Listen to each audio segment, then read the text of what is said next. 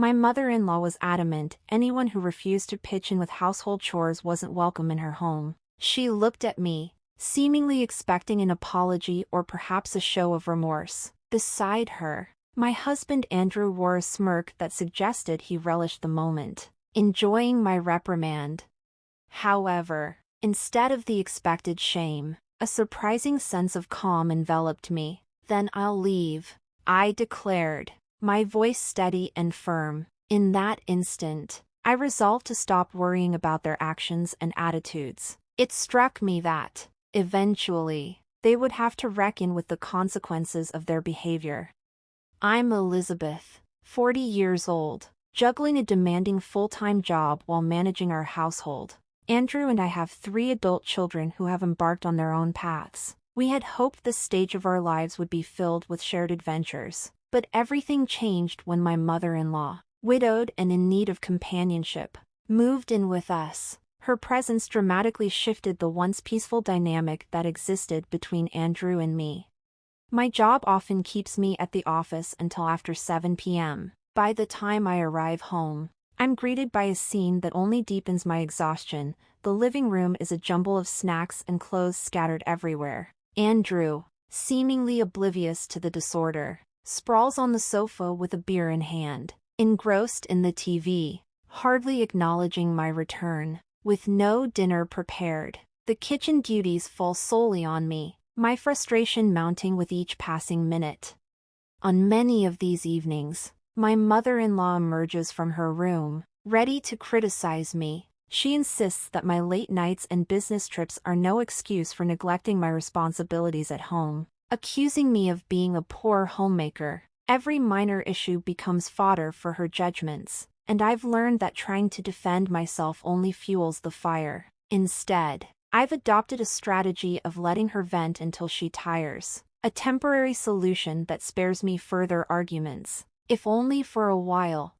I take a moment to absorb her barbs before shifting my focus to dinner. Her words sting, yet I press on, knowing that her tirade will eventually run its course. What I find more challenging to endure, however, is Andrew's reaction. He seems to delight in witnessing my mother's scoldings, echoing her criticisms as I set the dinner table. "Women should appreciate their husbands. You lack charm," she often remarks, and Andrew joins in, mocking me. My anger isn't solely directed at her. It's increasingly focused on my husband's behavior as well. Despite my countless requests for them to start dinner without me if I was delayed at work, they never listened. When I finally returned home, I found them sitting idly, waiting for me to serve them, as if I were nothing more than a servant. The dynamic in our household has deteriorated significantly since my mother-in-law moved in.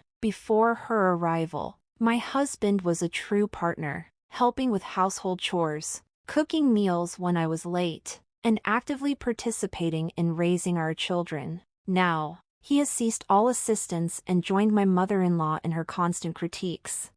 It's both bewildering and infuriating. She calls me lazy and incompetent, yet she's the one relying on us. Despite inheriting money from her late husband, she hasn't contributed a dime. Instead, she squandered her inheritance on luxuries, quickly draining her funds and even racking up debt. Now, she lives with us practically rent-free. The tension began from the moment she moved in. She vowed to be considerate, even bowing deeply to demonstrate her sincerity. But just a day later, she reverted to her old ways, berating me for neglecting household duties.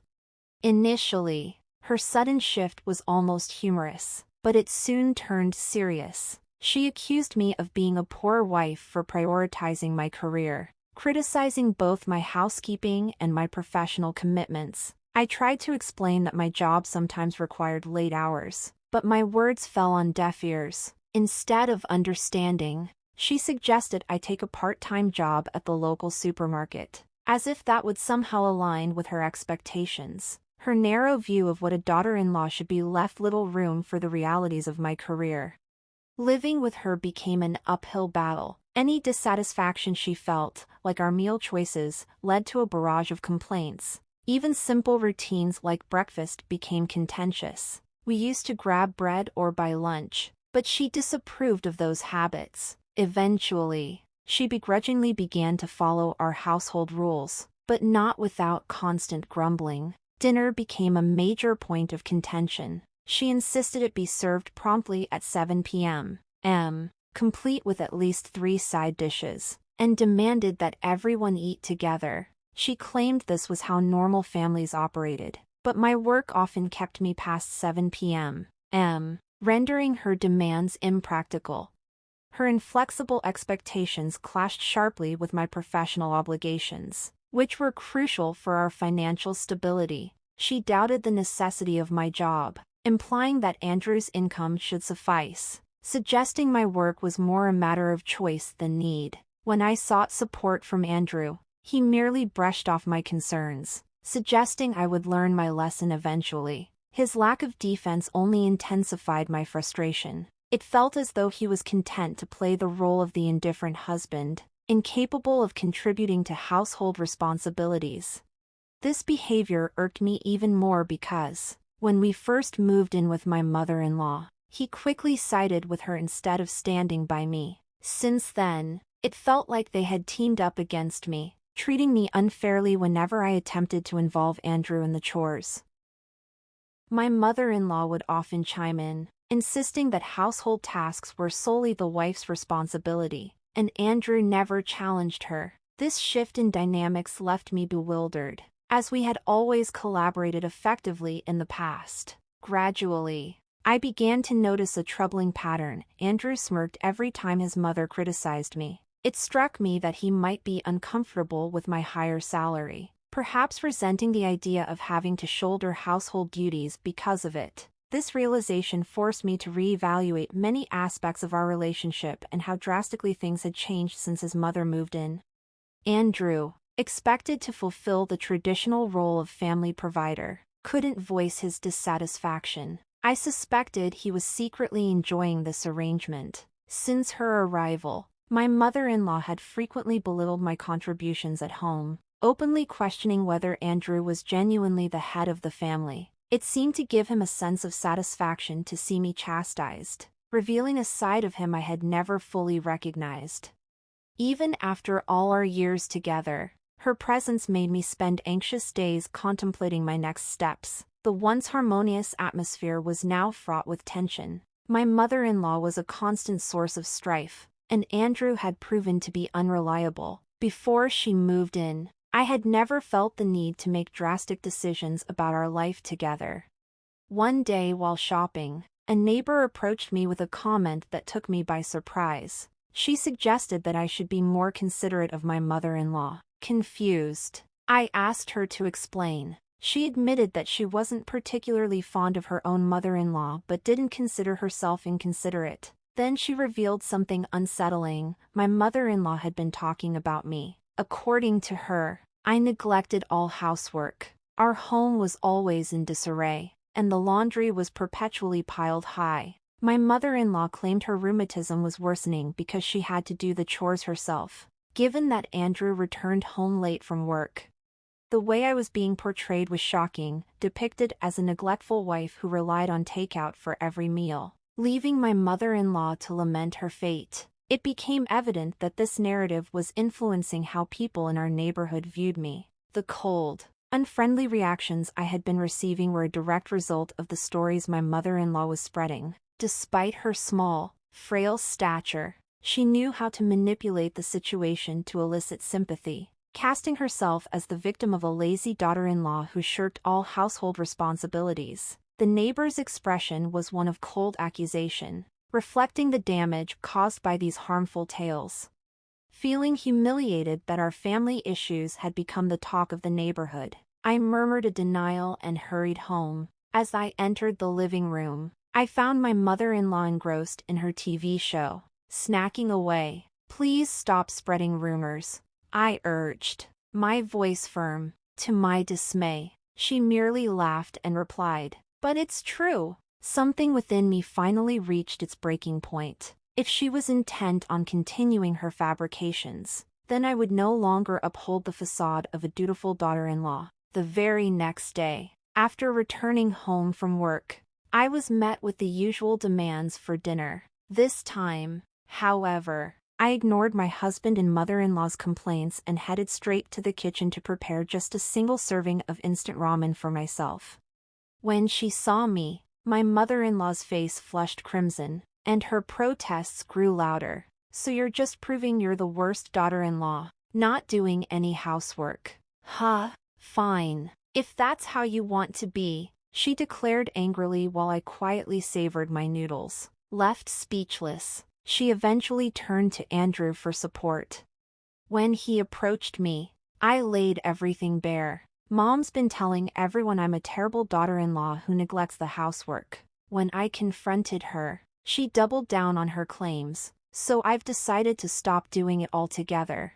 I'm just doing what she's been telling everyone," I explained, recounting my encounter with the neighbor from the previous day. Andrew, looking concerned, attempted to mediate. "Mom probably just exaggerated. Don't be so stubborn," he suggested. Despite his mother being clearly in the wrong, he still sided with her. Exhausted and lacking the energy to argue further, I discarded the empty ramen cup, brushed aside his pleas, and retreated to the bathroom.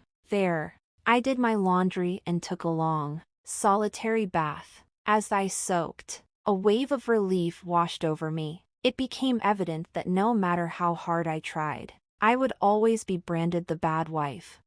From that moment on, I decided to cease engaging in the household tasks my mother-in-law complained about. She lamented the absence of freshly baked bread for breakfast on my days off, but I remained resolute. The next morning, when I stepped into the living room, she demanded I go out and buy bread immediately. I shot back, "Why don't you buy it yourself? I'm such a bad wife. From now on, I'll only buy my share. You'll need to pay for your food or handle it yourself."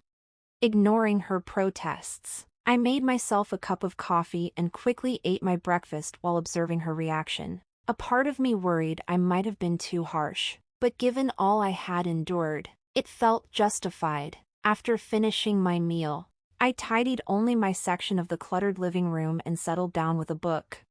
The tranquility was soon disrupted by the doorbell. I glanced at the monitor and saw a group of more than 4 elderly individuals, familiar faces, standing there. Their expressions clearly upset, confused. I watched as my mother-in-law rushed to greet them. They filed in one after the other, and I was taken aback when one of them loudly chastised me. "I hear you're the wicked woman who doesn't even care for her mother-in-law."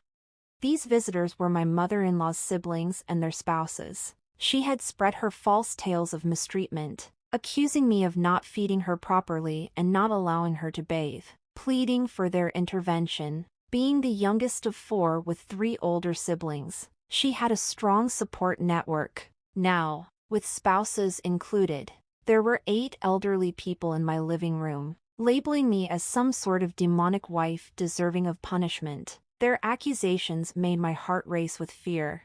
"This is a misunderstanding," I finally managed to say, my voice trembling, but the eldest brother raised his voice, pounding his cane on the floor, and yelled, "Stop making excuses." The others joined in, demanding that I apologize and reflect on my supposed misdeeds. Just then, my husband arrived, drawn by the commotion. When my mother-in-law's brother began to criticize my upbringing, I looked to Andrew for support, but he remained silent. To my dismay, he joined in the criticism, adding his voice to the chorus against me. In that moment, my affection for him evaporated. I had always thought of my husband as a kind person, but it became glaringly obvious that he wasn't kind. He was simply weak, easily swayed by others, and incapable of standing firm under pressure.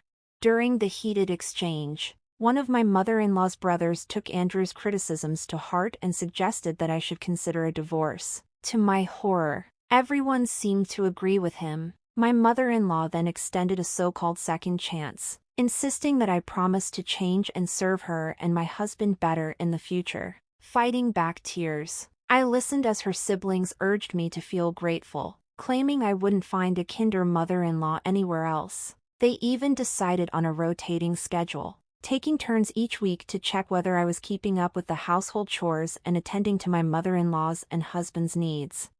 Once their plans were finalized, everyone appeared satisfied and decided to celebrate their reunion with a sushi outing. As they left the house together, my mother-in-law couldn't resist a parting shot, instructing me to ensure the house was clean and the laundry done by the time they returned. Alone in the cluttered living room, I wondered how everything had escalated to this point. Our marriage had been happy before her intrusion, but now I found myself the target of complaints from all sides despite doing my best. Tears began to stream down my face, a mix of sadness, regret, and anger.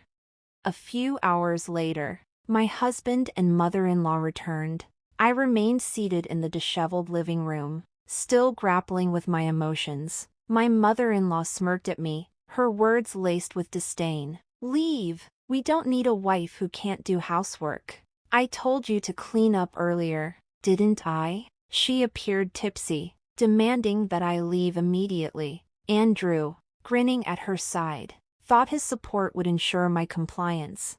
Quietly, I had reached my breaking point and felt no desire to exert myself for them any longer. "Fine, I'll leave then," I replied calmly, standing up to exit the living room. Behind me, I heard my mother-in-law and husband laughing, probably convinced I was merely bluffing, but their reactions didn't matter to me anymore. I walked to my room, packed my things, and left the house without uttering another word. About a week later, my mother-in-law called me in a panic. "Andrew says he has no money. What does that mean?" she asked, her voice frantic. I responded with brutal honesty. "Andrew earns only a third of what I do. I've been covering most of our expenses, and the house is in my name. I'm planning to sell it, so you'll need to find somewhere else to live." She thought I was joking, but I urged her to check the bank statements in her drawer. There was a heavy silence on the other end of the line as the reality sank in. Then the pleading began. She begged me to return, offering apologies and claiming that Andrew was lonely, but I stood my ground and informed her that I was moving forward with a divorce through my lawyer. I ended the call, tuning out her tearful entreaties. With legal assistance, I filed for divorce, citing my mother-in-law's unbearable behavior and my husband's lack of support as the main reasons. The process moved swiftly, and I received a small settlement. When I explained the situation to my children, they were supportive, fully agreeing that the blame lay with their father and grandmother. After the divorce, I sold the house, forcing my ex-husband and his mother to move out and stay temporarily with relatives. Their stay was short-lived. They soon had to find a small apartment, struggling to make ends meet on his modest income. From what I've heard, they now spend their days blaming each other for their misfortunes. Meanwhile, Andrew has been bombarding me with messages, begging for reconciliation and insisting he has cut ties with his mother. However, I find these messages more irritating than anything and am seriously considering blocking him to preserve my peace. Without their constant criticism weighing on me, I finally feel liberated and ready to embrace life on my own terms, focusing on my personal fulfillment and well-being.